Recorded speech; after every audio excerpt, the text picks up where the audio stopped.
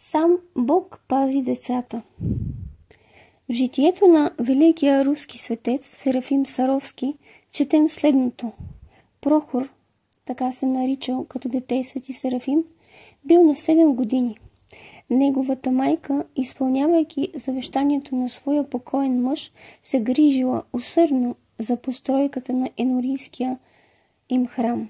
Тя следяла отблизо работата и често пъти се изкачва на самия връх на зданието.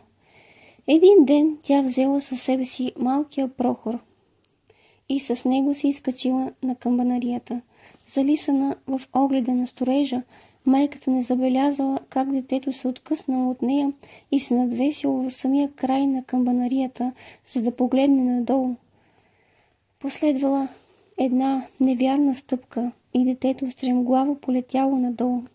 Нещастната майка извикала от ужас и бързо се спуснала по стълбите, очаквайки да види детето си пребито долу върху камъните. Но какво било изумлението й, когато, задъхана от бързината и оплахата, тя видяла да се подава зад купчината тухли, дъски и греди усмихнатото личице на нейния малък син. В неизказана радост тя се спуснала към него, прегърнала го и от цялата дълбочина на сърцето си благодарила на Бога, който и го запазил невредим.